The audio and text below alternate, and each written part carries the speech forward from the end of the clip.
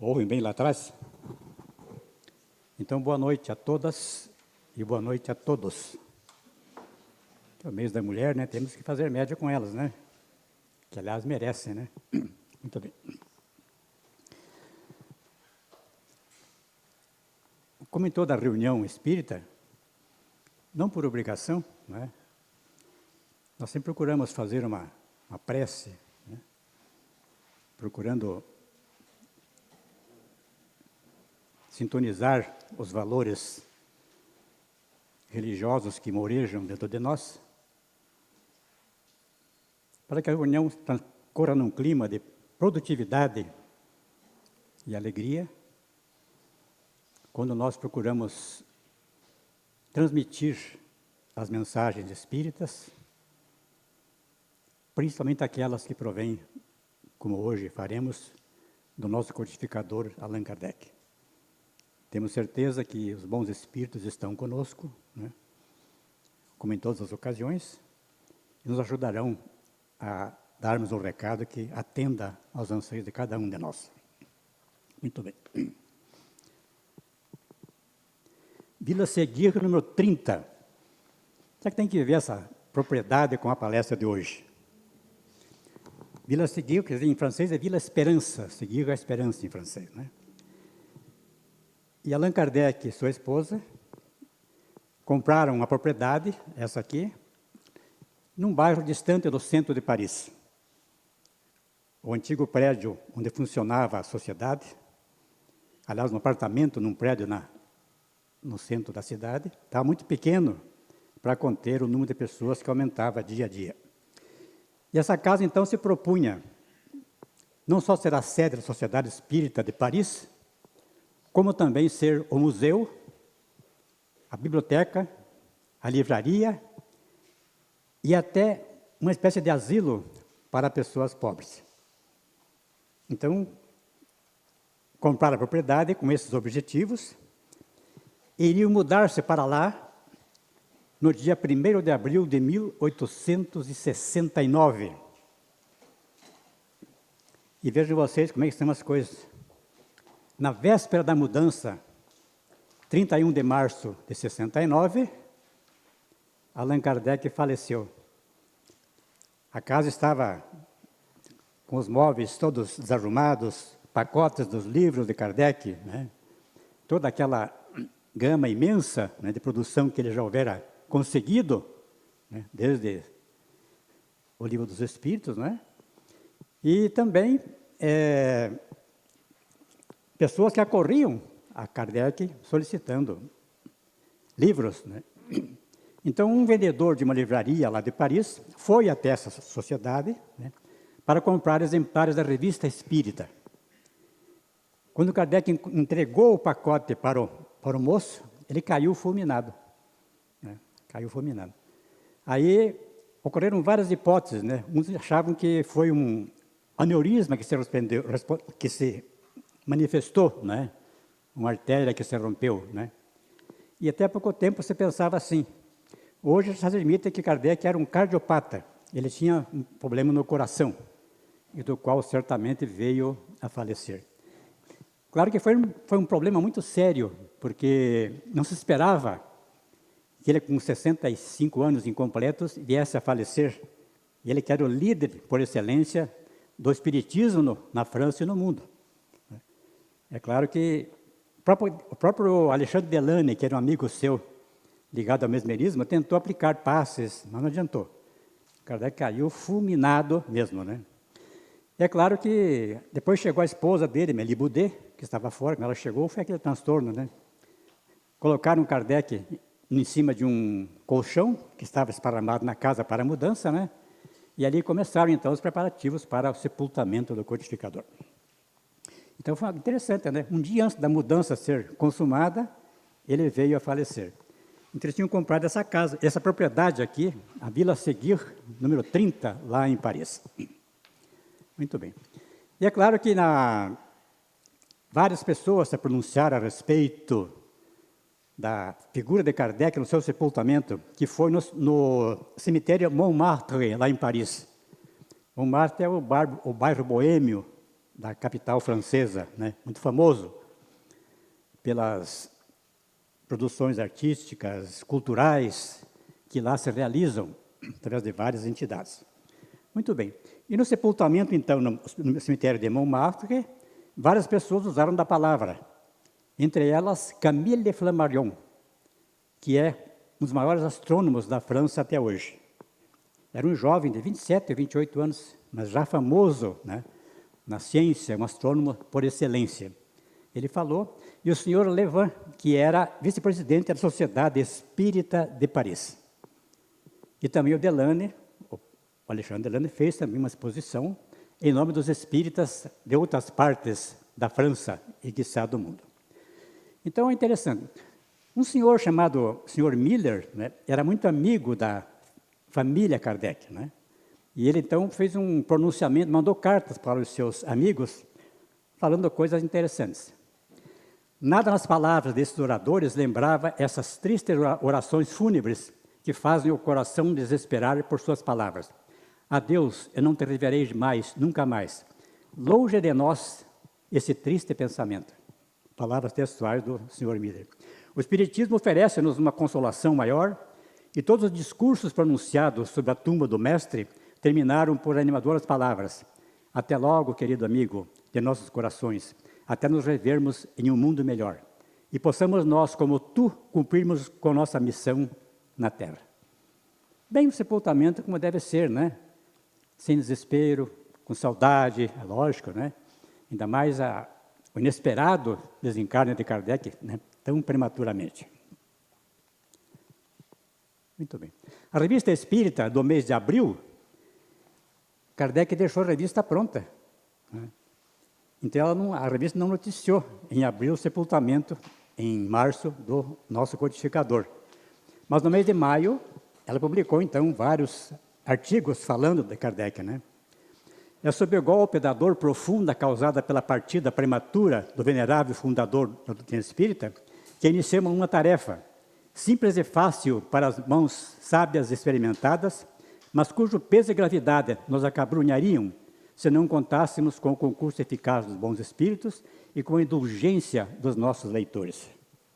Já era um diretor novo, né, nomeado pela viúva de Kardec, Amélie Gabrielle Boudet.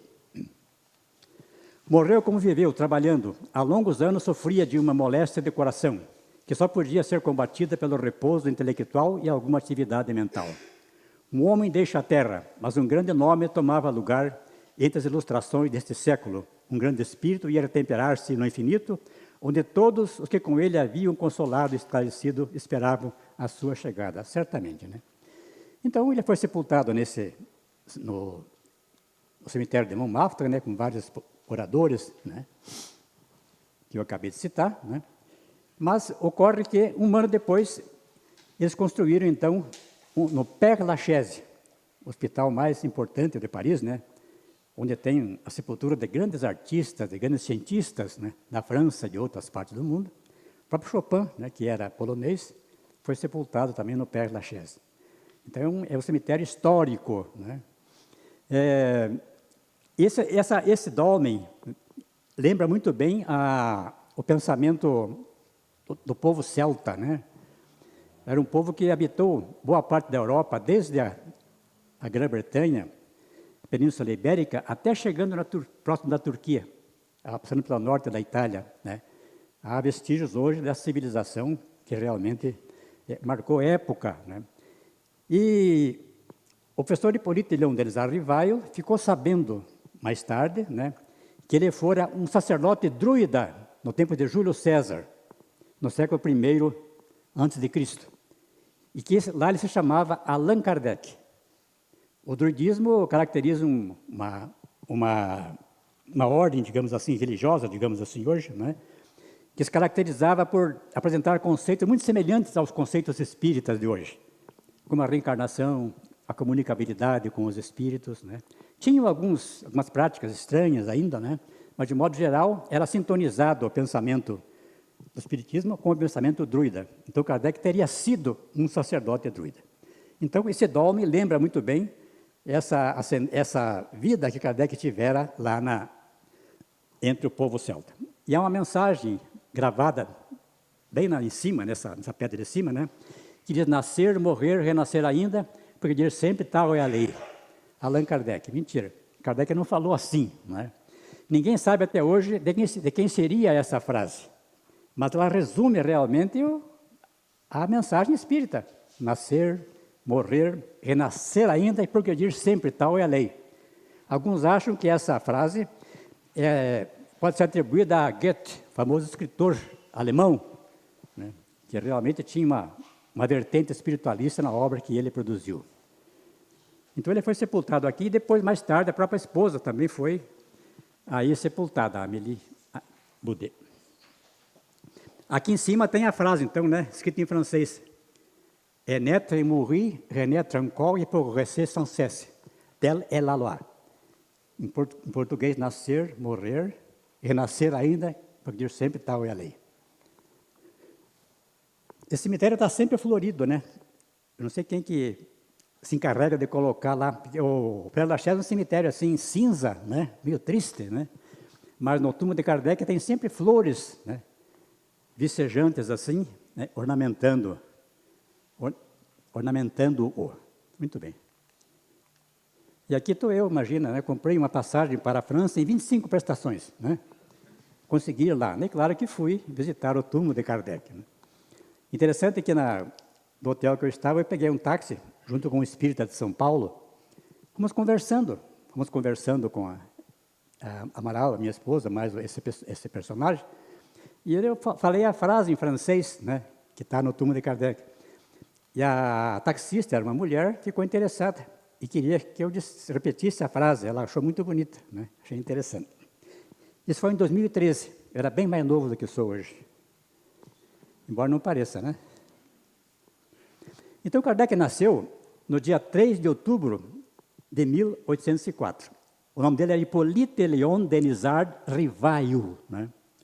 Os pais Jean-Baptiste Antoine Rivail e Jeanne de Ramel, né?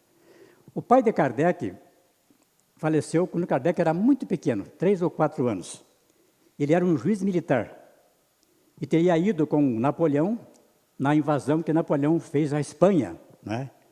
Depois em Portugal, ocasionou a vinda de João VI para o Brasil, né?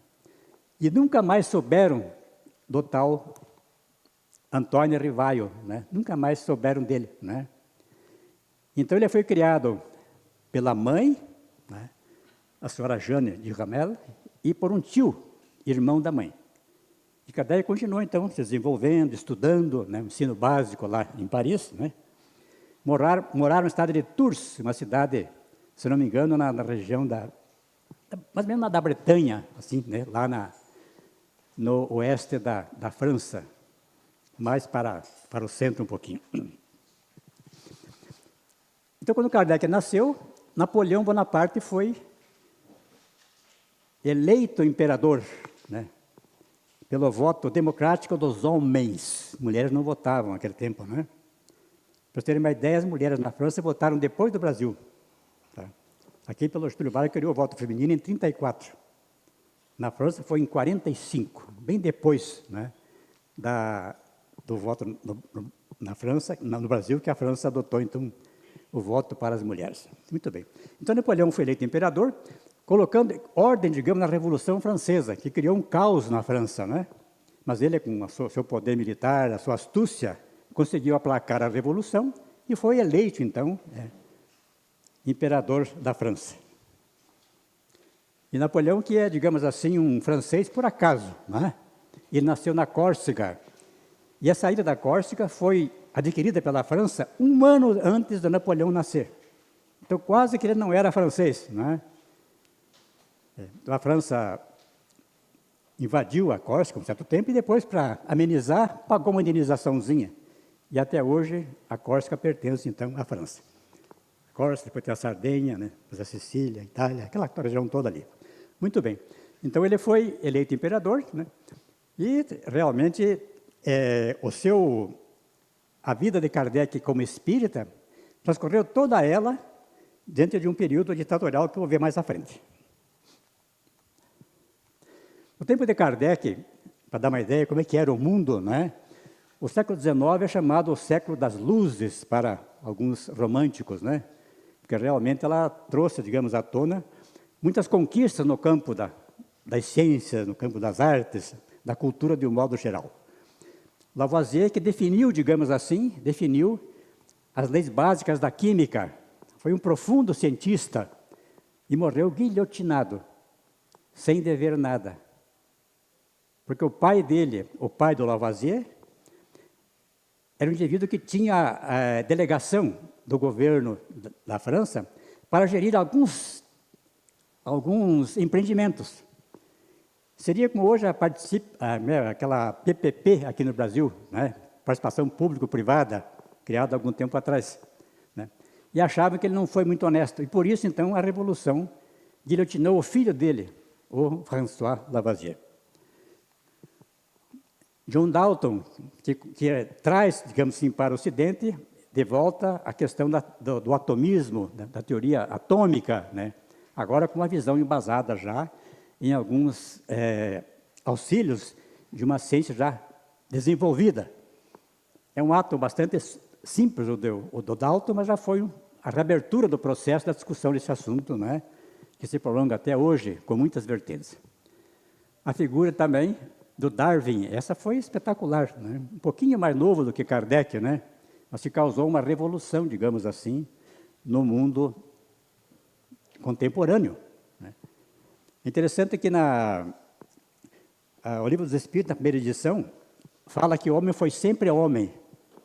A segunda edição ocorreu 4 meses depois que Darwin lançou a sua teoria, a teoria da evolução, né? Pela seleção natural, inicialmente, o nome da obra, né? Então, Kardec, já na edição seguinte, corrige, falando que nos animais, nesses seres, está a nossa própria história, admitindo a evolução dos seres, como mostrava, então, a biologia na visão do nosso prezado Charles Darwin. Charles Messier, outro cientista importante, astrônomo espetacular, como Flammarion, que mapeou, digamos assim, o céu. Né? Até hoje tem o catálogo Messier. Quem gosta de astronomia, se pode acessar lá. Tem centenas de nebulosas que ele descobriu, né? E que hoje não são só nebulosas. Né? Pensava-se ao tempo dele que todos esses aglomerados que ele conseguia detectar pelo telescópio eram nebulosas. Né? Até que Edwin Hubble, entre 25 e 30 no século passado, descobriu que não eram da nossa Via Láctea, eram outras formações, que passou a chamar de galáxia. Então ele deixou, mesmo com o nome de nebulosa, descoberto inúmeras galáxias, né? E foi homenageado por Napoleão, inclusive, Charles Messier. Pasteur, né? Também contemporâneo de Kardec, o criador, digamos, da microbiologia, cuja influência na medicina, na produção agrícola, né? De modo geral, ele foi notável, né? E foi um indivíduo que também marcaram a época em que Kardec viveu. Claro que mais novo e viveu mais do que o Kardec. Pelo menos, bem depois veio a falecer. E a Revolução Francesa, que foi um marco importantíssimo, né? Apesar da violência com que ela emergiu e por muito tempo prevaleceu, né? Quase 10 anos, né? Mas ela teve um papel na história, né? Augusto Comte também, apesar de ser materialista, né, e ter até declarado que tinha que aposentar Deus, agradecendo pelos bons serviços prestados, né, mas ele foi um profundo pensador que também ajudou a mudar o panorama cultural da nossa humanidade. E aqui o Karl Marx, né, famoso também, famoso pensador, sociólogo, importantíssimo, amado por muitos, odiado por outros, ignorado pela maioria. Né? Mas Marx teve um papel muito importante, um dos mais importantes sociólogos, digamos assim, né? Junto com outros pensadores de importância, do mesmo nível, no campo da sociologia. Mas o Marx é importante, por que não estudar? Né? Eu me recordo que nos tempos de estudante, na universidade, não se podia falar em Marx. Eu fiz meu curso de economia em pleno AI-5. Então, as pessoas tinham medo de falar em Marx.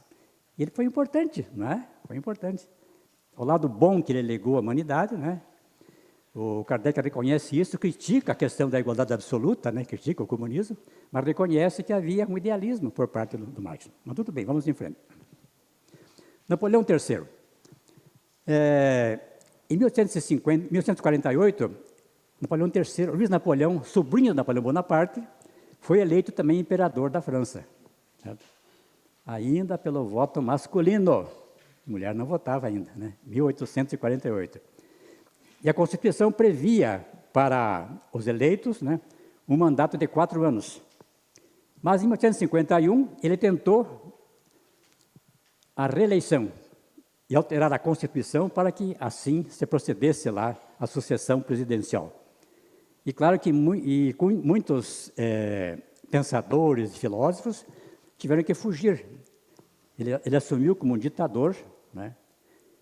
O Victor Hugo foi um deles que teve que fugir, né? Foi para a Bélgica, foi para a ilha de Jersey depois, uma ilha do Canal da Mancha que pertence ao Reino Unido, embora esteja na costa da França. Até hoje é assim, né?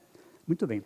É importante ser Napoleão III, porque todo o trabalho de Kardec desenvolveu-se em torno ou submetida às exigências da ditadura do Napoleão III, que era um indivíduo realmente importante, não é? Que tentou, ele que era quase que ateu, digamos assim, mas acercou-se da religião para ganhar força, né? E colocou nos postos chaves do governo francês militares, né? Para que realmente continuassem os seus objetivos ditatoriais, né? De uma forma bastante segura. Esse é o palácio onde ele morou, né? Era uma antiga tolheria, uma espécie de molaria, produção de telhas, né? Reformaram e ficou depois o palácio do Napoleão III. Esse palácio pegou fogo depois e foi tão grande o desastre, não valeu a pena fazer a reconstrução. Então ele desapareceu. Então conta-nos a história que ele foi discípulo de Pestalozzi, talvez um dos maiores. Qual é o termo? Orientadores, né, educacionais da nossa modernidade, né? Pestalozzi, Henri Pestalozzi. Ele era suíço, né? Porque a Suíça é emaranhado de povos, de línguas, né? Então, Heinrich, alemão, e Pestalozzi, italiano, né?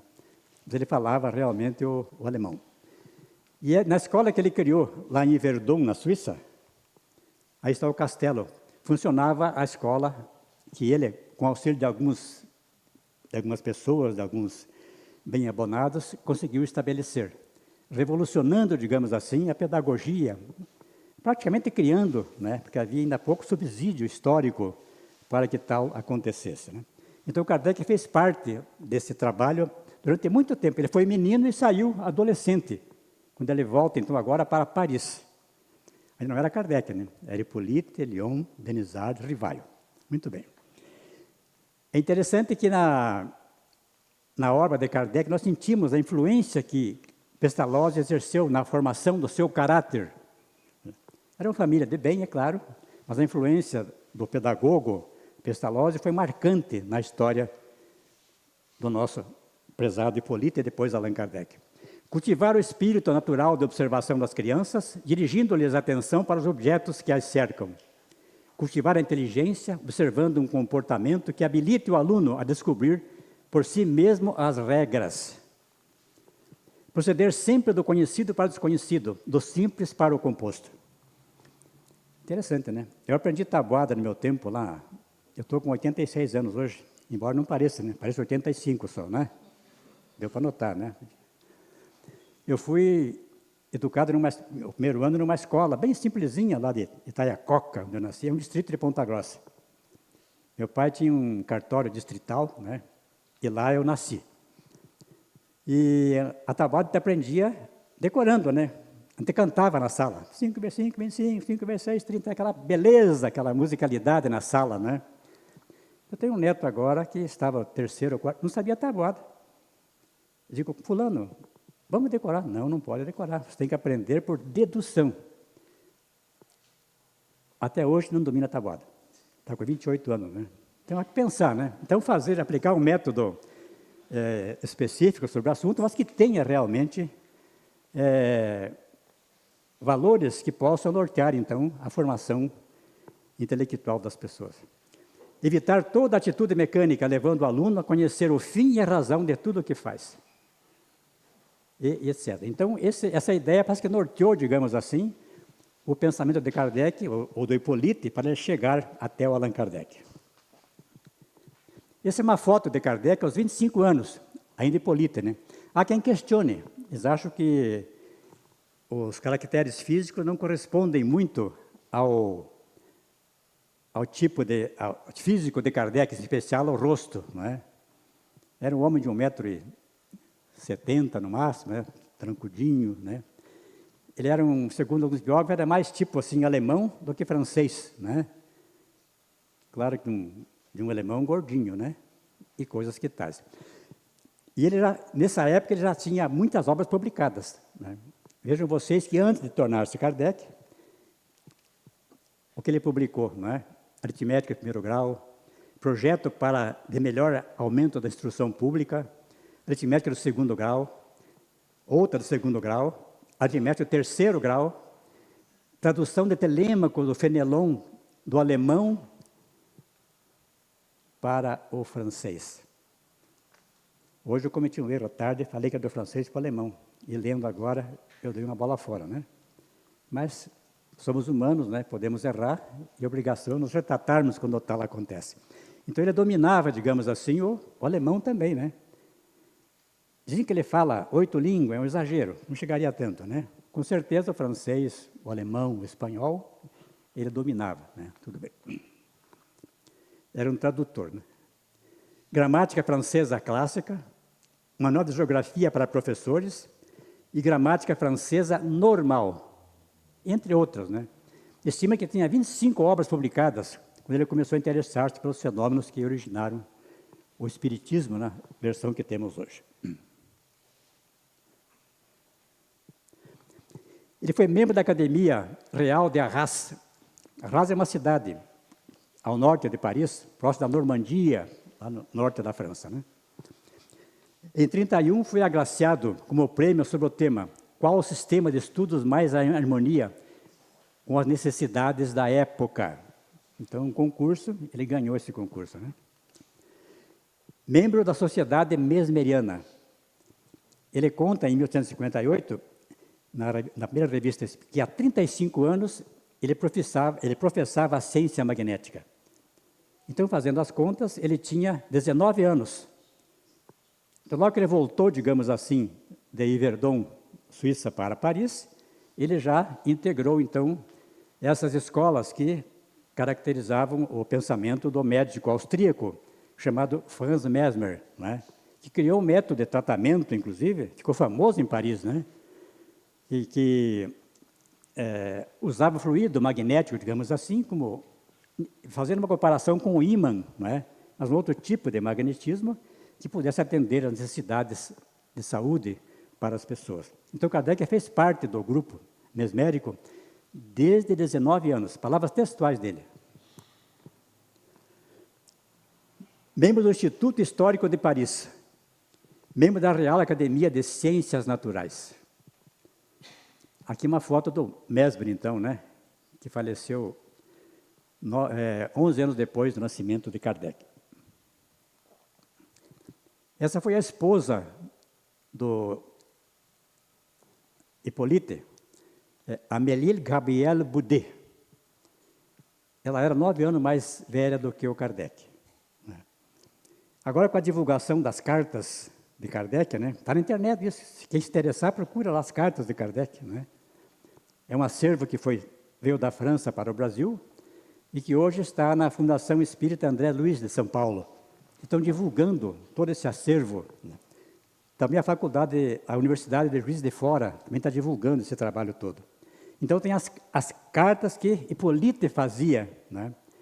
E consta a carta que a esposa, a mãe do Kardec, a mãe de Hippolyte, então, né? A Jeanne de Ramel, fez para o pai da Amélie, pedindo o namoro da filha. Até hoje parece que é assim, não é? Ou não? Acho que mudou um pouco, né? Mas tudo bem, né? Então, imagine, ela fez uma carta para o pai da Amélie, pedindo permissão para o Hipólite namorar a filha. E realmente aconteceu, o namoro ocorreu, e eles casaram em 1832. Ela era professora de artes plásticas, né, e de desenhos, né. Tinha 3 livros publicados quando eles casaram, lá em 1832. E quando Kardec falece, ela que assume todo o controle, né, da sociedade criada, né, gerando inúmeros produtos ativos na divulgação do espiritismo e também com muitas dores, né, que uma tal autoridade teria para dirigir tão grande empreendimento. Então, em 54, aqui na Alemanha, né, em 53, começou a surgir em Paris a questão das mesas girantes. Era moda, né? Diz que muitas sociedades se reuniam, as pessoas, para praticar a dança das mesas, né? Era uma festa, né? Tem muita charge, né, caracterizando esse movimento da cultura francesa, né? E era quase uma epidemia, né? E o professor Rivaio, que já era notável, né? Ele estava, então, com 54, ele estava com 50 anos, não é? Ele foi convidado por um senhor chamado senhor Fortier, escreve Fortier, o R final do francês torna a sílaba tônica, né? O senhor Fortier, que era como ele um magnetizador, que contou-lhe que as mesas se movimentavam simplesmente com a imposição de mãos e respondiam perguntas. E o Rivail, então, prático que era, disse, olha, que uma mesa tenha cérebro para pensar e nervos para sentir, até aqui é uma história para dormir sem pé. E passou tempo, encontrou mais um amigo dele, o professor Carlotti, né, que era também um curso como Napoleão fora, né, e esse, então, falou-lhe mais uma vez, né, com entusiasmo das mesas girantes, né, mas o Hipólite, ele tinha uma certa cisma com as pessoas muito, assim, animadas, né, ele colocou a coisa em quarentena. Até que um dia, ele foi convidado para participar de uma sessão com uma sonâmbula. O que era uma sonâmbula? Todo mundo sabe o que é o sonâmbulo, aquele que acorda à noite, né, para ir na geladeira, né? Nem tanto, né? Alguns até contam que colocam até bacia com água, para ele poder pisar e acordar, para não subir no telhado. Há uma série de lendas a respeito do sonâmbulo, né? Mas o sonâmbulo, na visão do magnetismo, é um indivíduo que tem uma percepção extrasensorial. Isso aconteceu quando um magnetizador, Marquês de Poisségur, né, era um marquês que se dedicava a atender pessoas pelo passe magnético, pessoas pobres, tanto de Paris como de outras regiões pobres da França, que eram muitas, né? Muito bem. E ao ministrar, então, passe em um camponês, esse começou a falar de coisas que transcendiam em muito o seu nível cultural. Falava de coisas que normalmente jamais ele poderia falar. Então, ele a criou, chamado magnetismo animal, magnetismo da alma, né? Porque até então o magnetismo era só uma força física que o Mesmer houvera descoberto, né? Já agora ele criou, então, o magnetismo animal, animal de anima, que é a alma em latim, né? Muito bem. Então, ele foi visitar com a sonâmbula, a senhora Roger, né, que tinha poderes especiais. E lá ele encontrou um tal senhor Patier.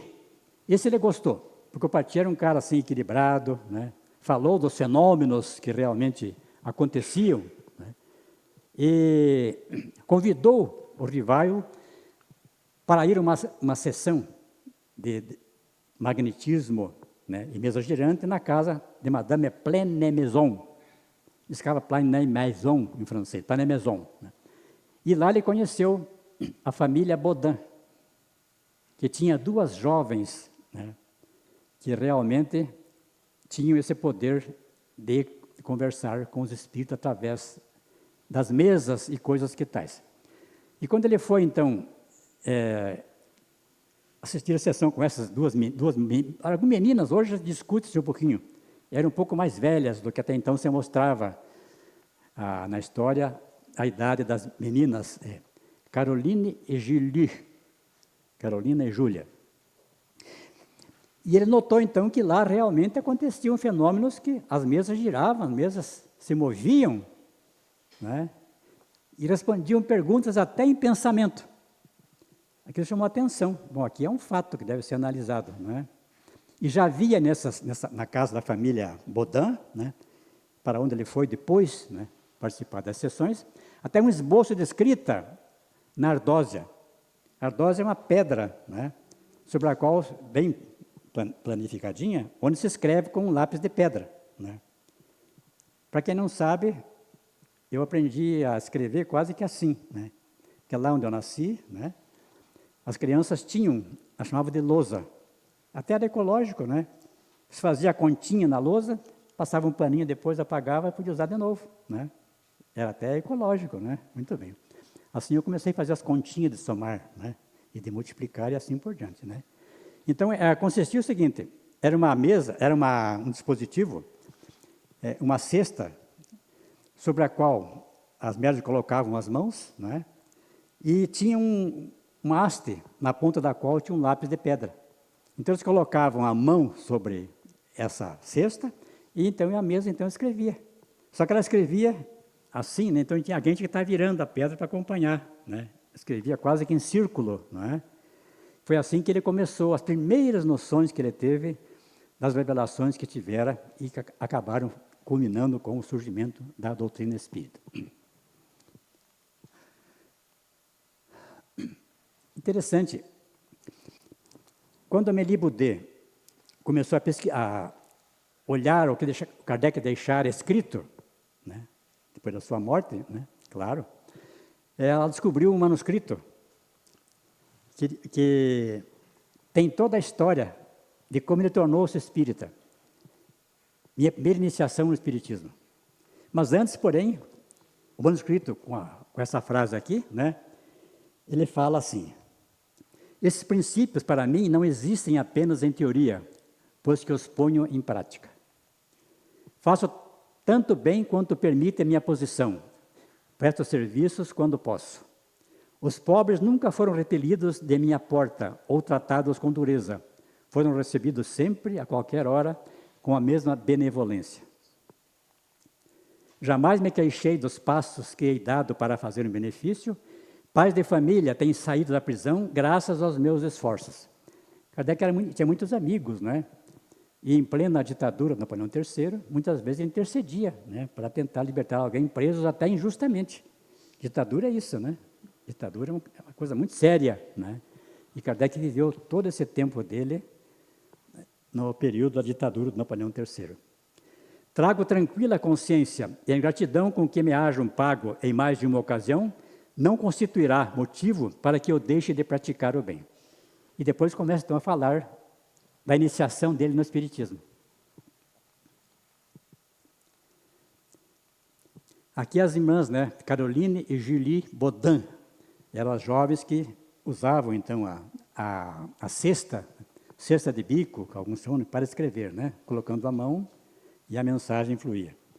Depois a Ruth Jafé, essa aqui, e lá a irmã Cidifô. A irmã Cidifô, então, já foi a médium da segunda edição. A primeira edição do Livro dos Espíritos tinha em torno de 500 e poucas perguntas, né? A segunda já tinha o dobro disso, né? E foram obtidas pela psicografia direta agora. A médium, a irmã Cidifô, era a médium escrevente. Até no filme do Kardec aparece o pai dela, que era o senhor Difô. Era um comerciante da França, exportador de vinhos e de queijo. Coisa rara na França, né? Vinho e queijo. Lá não tem, né? Imaginem vocês, né? O Charles de Gaulle, numa ocasião, brincou, né? Quando ele assumiu o governo da França, depois que ele foi um general vitorioso lá contra os nazistas, né? Ele foi eleito presidente da França, né? E estava sendo criticado. Então ele falou, é muito difícil dirigir um país que tem mais de 300 tipos de queijo, né? Palavra do de Gaulle.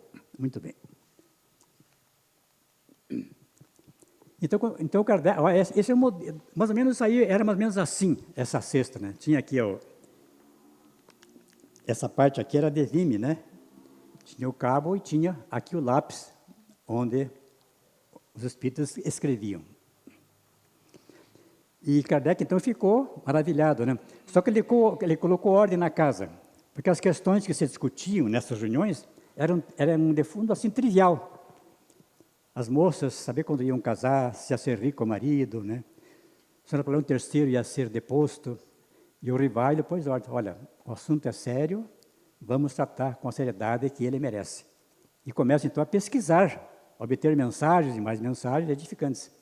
E como ele era bastante alegre, jovial, não é? Ele ficou descobrindo antes que um dos espíritos que o ajudavam era Zéfiro, né? Ou Zéfiro, né? Mas em português, Zéfiro, em português, Zéfiro em português, né? E fez a brincadeira com Hipólito, né? Quando Kardec estava chegando na reunião, a sexta escreveu assim: salve, caro pontífice, 3 vezes salve. Se Kardec fosse o Papa, né? Kardec respondeu: minha bênção apostólica, prezado filho. Ele levava na brincadeira a coisa, né? Mas num sentido bastante elevado, né? O espírito superior também sabe levar as coisas no lado agradável, né? Sem ser pueril ou insignificante, né? Sempre tem um conteúdo, as brincadeiras que eles causam algumas vezes. De outras vezes ocorreu em 30 de abril de 1856, quando ele soube realmente da tarefa que ele ia desempenhar. Porque até então ele tinha dúvidas, né? Estava obtendo material, mas não sabia que ele tinha uma tarefa muito grande a desempenhar. Então, foi revelada a ele, né, a revelação da sua missão. Assim. Então, a sexta escreveu, a sexta entre aspas, né? Os primeiros fundamentos já foram lançados, Rivaio, é esta a tua missão. A sexta livre virou-se vivamente para o meu lado, como uma pessoa que me apontasse com o dedo. E ele conta que sentiu uma emoção profunda. Não é para menos, né? Quem já teve uma revelação assim de um espírito qualquer, que tem certeza, é algo assim que não dá para descrever o bem-estar que isso causa a nós, né? Imagine, então, ele recebendo diretamente do Espírito verdade, aquele que orientava, né, juntamente com Erasto, que foi discípulo de Paulo, São Luís, né, eram mentores que dirigiam, digamos, o surgimento dessa nova doutrina, que é o Espiritismo. A coisa importante, né? Essa resposta faz muito bem a todos nós, né? Temos a certeza que as pessoas que amamos e que desencarnaram, quando podem, nos ajudam, e muito, né? Elas podem se manifestar de várias maneiras, sem aparecerem ostensivamente para nós, embora muitas vezes os façam. Mas geralmente é em torno de sonho, de uma intuição, né? Uma inspiração, né? Por que não ajudar quando eles podem, né? Seja dando forças para termos dignidade no vencimento de uma provação qualquer, né? Porque muitas delas não compete a eles, digamos, nos livrar delas, né? Mas dar a força para suportá-las, né, condignamente, né? Muito bem. Então ele perguntou um dia ao Espírito Verdade, que tinha com ele uma relação pouco frequente. Eram poucos dias na semana, né? Porque ele tinha mais coisas a fazer, né? Quem foi esse Espírito até hoje não se sabe, né? Uns acham que foi Jesus, outros acham que não, né? Não vem ao caso, né? O fato é que ele era o orientador espiritual do trabalho que Kardec realizava. Então, disseste-me que serias para mim um guia que me ajudaria e protegeria. Poderias dizer-me se esta proteção se estende também às coisas materiais da vida? Kardec estava em dificuldade, né? Na década de 30, logo depois que ele casou, junto com o seu tio, eles criaram uma escola lá em Paris. Ia muito bem a escola, mas o tio de Kardec era um jogador compulsivo. E a escola estava quase indo à falência. Então venderam a escola, e um amigo da Amélie Gabriel Boudet encarregou-se de gerir os recursos pecuniários daquela venda. Coisa que até hoje acontece, a internet está cheia de supostos orientadores econômicos, né? E esse era um deles. Eles perderam tudo. Então, Kardec teve que sobreviver como contador de 2 empresas. Então, ele trabalhava como contador de 2 empresas de nome, né, claro, né, para sobreviver. Então ele perguntou, digamos, ao espírito, né, se eles de alguma sorte ajudariam, além das coisas espirituais que ele estava descobrindo, né. E veja a resposta. Aqui na Terra, a vida material tem muita importância. Não te ajudar a viver seria não te amar. É de arrepiar isso aí, né? E cria, assim, uma vertente na nossa possibilidade de termos essa ajuda, que sempre acontece, né? Peçamos ou não, estão sempre presentes. O livro, então, foi lançado na livraria Denty, na rua Montpensier, em 1857, dia 18 de abril. 50 obras vendidas em pouco tempo, né? Várias personalidades importantes da cultura francesa discutiam o conteúdo da obra. E entre elas, Georges Sand comprou um livro para mandar para Victor Hugo, que estava exilado lá em Jersey. A Georges Sand era uma escritora, mulher, é claro, né? Mas naquele tempo era muito difícil mulher fazer sucesso na escritora. Então ela adotou um nome masculino, Georges Sand. Era Amandine Lucille Aurore Dupin, o nome dela. Mas ela adotou o nome de Georges Sand para ter sucesso como realmente teve. Ela foi colega de Kardec nas experiências mesméricas. Certo? Então ela foi comprar um livro para mandar para o Victor Hugo, que estava exilado lá em Jersey, aquela ilha do Reino Unido, na costa francesa. Veja o que ele fala no dia do livro.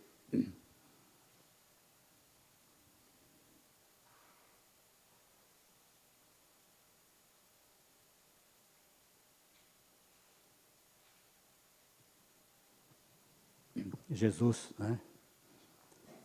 Como é que é o Jesus do Espiritismo? Kardec começa o Evangelho com o Espiritismo, na introdução, na primeira frase ele fala, dá uma ideia de como era Jesus. Foi revelado a ele que Jesus foi o espírito mais elevado que já houvera até então encarnado aqui na Terra. Mas, e como é que Kardec viu isso, né? Então ele fala, primeiro parágrafo do Evangelho segundo o Espiritismo, na introdução, que o que importa em Jesus é o ensino moral. Independente dos milagres que ele fez, né, dos vários assuntos que levaram a igreja a criar seus dogmas e tudo mais, né, mas que o ensino moral, esse não há como negar. Então é nesse sentido que nós vemos Jesus, um espírito de alto gabarito espiritual, né, e cujo ensino moral é a parte mais importante. Agora, descobrir detalhes, digamos, não vem muito ao caso, embora quem goste disso seja importante, né? Então, ele fala muitas vezes em Jesus nesse sentido. Esse é uma foto apagada do primeiro livro, né? Bem simplesinho. Depois da 4ª edição, né? Logo em seguida, né? Porque foi muito grande a aceitação do livro, inclusive no Brasil, né? Pessoas que adquiriram os livros de Kardec, né? Já uma cópia melhorada, e depois aqui já uma edição da LAC, né? Do Herculano Pires, né?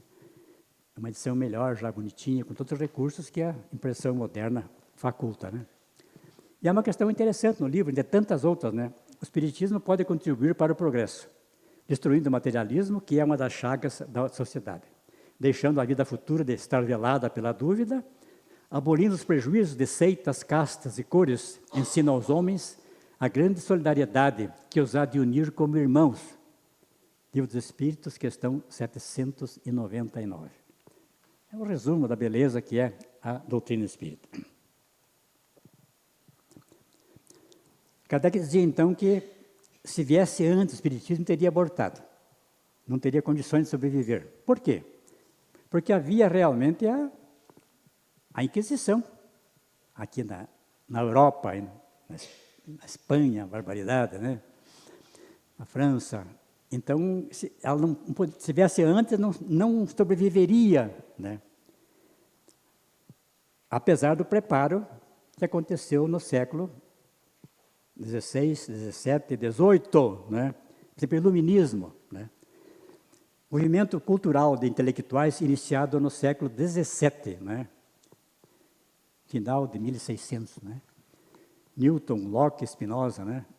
No século XVIII, a França foi o centro principal. Rousseau, Voltaire, Diderot, D'Alembert, Montesquieu, né? A enciclopédia, uma revolução no conhecimento, o primeiro dicionário, digamos assim, que surgiu, né? Dedicado mais às ciências, às artes e aos ofícios, às profissões. O iluminismo defendia o domínio da razão sobre a visão teocêntrica que dominava a Europa desde a Idade Média. Era tudo em torno de Deus na visão da Bíblia. Qualquer coisa que discordasse desse conteúdo era sujeita a críticas e até punições severas, né? Tanto do lado católico como do lado protestante, o luterano, né? O próprio Lutero, que foi revolucionário, né, no seu trabalho, permitiu a queima de 4 mulheres reconhecidas como bruxas, né? Ele dizia que estão bem hoje, mas podem fazer o mal, então podem queimar, então, né? Então católicos e protestantes queimaram muitas mulheres, algumas que tinham poderes especiais, eram médiuns ou sensitivas, né? Mas que por aquele abuso, então, foram queimadas. Segundo os filósofos iluministas, esta forma de pensamento tinha o propósito de iluminar as trevas em que se encontrava a sociedade. Estou preparando o pensamento para a liberdade de pensamento, né? Aqui o John Locke, né, que era um filósofo chamado empirismo britânico, né? Mais o Rousseau e o Voltaire. Preconizam uma atitude geral de pensamento e ação, onde os seres humanos podem tornar o mundo melhor. Contra a intolerância e os abusos da Igreja e do Estado. Sofreram muito, né? Alguns tiveram que fugir, depois voltaram, né? Separação entre Igreja e Estado.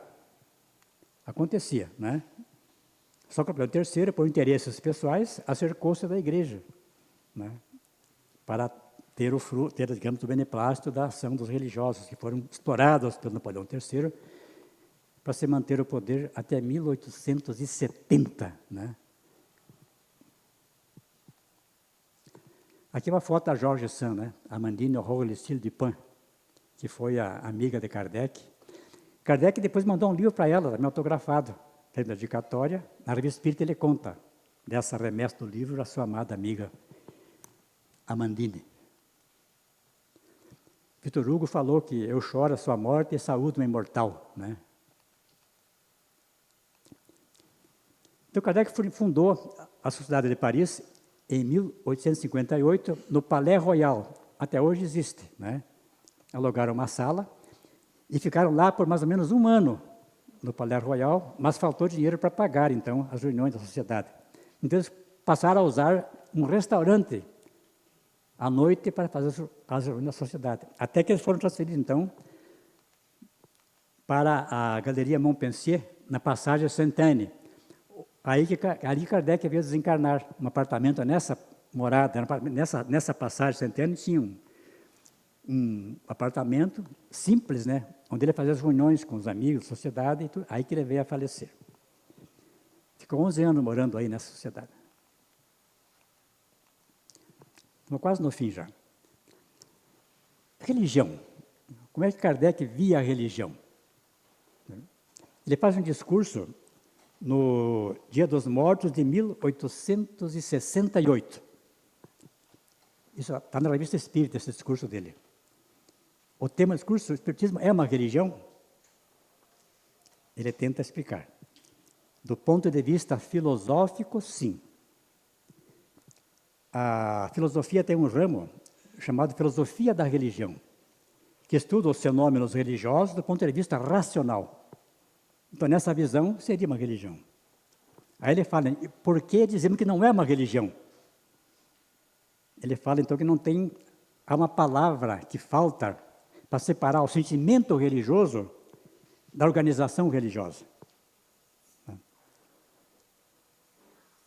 Então, ele fala que não é, então, uma religião. Quem quiser ler esse discurso, nós temos hoje a Kardecpédia.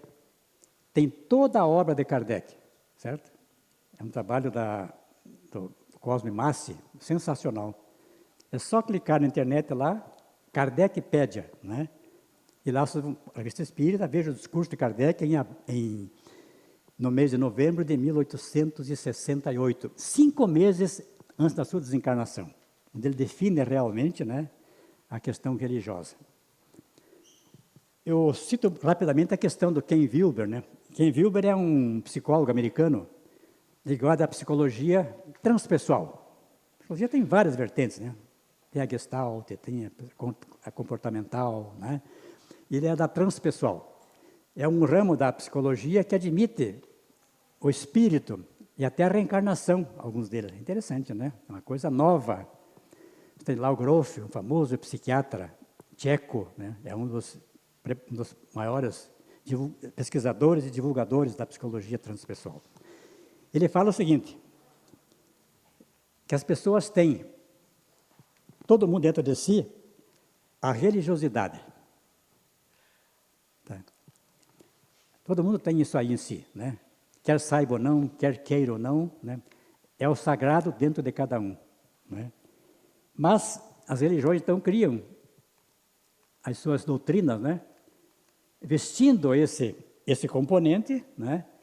De uma forma, assim, adequada às influências do meio onde eles vivem e até alguns interesses, inclusive, né? Então, Kardec não é contra isso, mas ele acha que o fundamental é uma palavra para estabelecer a religião como sentimento e a religião como doutrina, né? Há uma palavra para religare, religa o homem a Deus. Isso não é verdade, né? O verbo religare existiu na formação do Império Romano. É uma palavra latina, né? Que significa a reunião do pessoal do Lácio em torno de um centro comum. Então criou-se o verbo religare, religar o povo. Depois, no século IV depois de Cristo, é que houve por bem o pessoal dizer que religião, então, é do verbo religar, religar o homem a Deus. Né? Deus está sempre ligado a nós, né? Embora nós muitas vezes não sintamos isso. Então é interessante essa visão do Ken Wilber, né? Ele chama isso de dualismo primário. O livro é o espectro da consciência. Deve estar vendo ainda, não é tão velho o livro, deve ter uns 15, 20 anos mais ou menos, né? Mas é sensacional. Kardec fala então, infelizmente as religiões han sido sempre instrumentos de dominação. O papel de profeta ha atentado às ambições secundárias e tem-se visto surgir uma multidão de pretensos reveladores ou messias que exploram a credulidade em proveito do seu orgulho. E tem uma frase pesada, que eu acho que nem sei, mas é textualmente de Kardec, né? A religião cristã não pôde evitar esses parasitas. É terrível, né? Eu achei que é um pouco pesado para educação, pela leveza discursiva que tinha o nosso preclário codificador. Muito bem. Então, para encerrar, vamos oferecer, então, como gratidão ao nosso querido e saudoso Allan Kardec, uma flor, né? Agradecendo a ele pela beleza do trabalho que ele realizou, incansavelmente, doente que estava, desde muitos anos, sem pestanejar em concluir a sua obra, que é realmente magistral. A espiritualidade, na visão de Kardec, experiências diretas com aspectos comuns em dimensões não comuns da realidade, envolve uma relação especial entre o indivíduo, o universo, Deus e com a natureza e sua essência. Não requer lugar especial, não precisa de pessoas oficialmente apontadas para mediar o concerto espiritual. Então, mais flores para Kardec. E para terminar, uma frase, então, né, que diz assim, o amor e a caridade são o complemento da lei de justiça, pois amar o próximo é fazer-lhe todo o bem que nos seja possível e que desejaríamos nos fosse feito. Tal o sentido dessas palavras de Jesus. Amai-vos uns aos outros como irmãos, ou como eu vos amei, segundo outras versões. Tá ok? Obrigado, desculpem alguma coisa, e até de repente, né?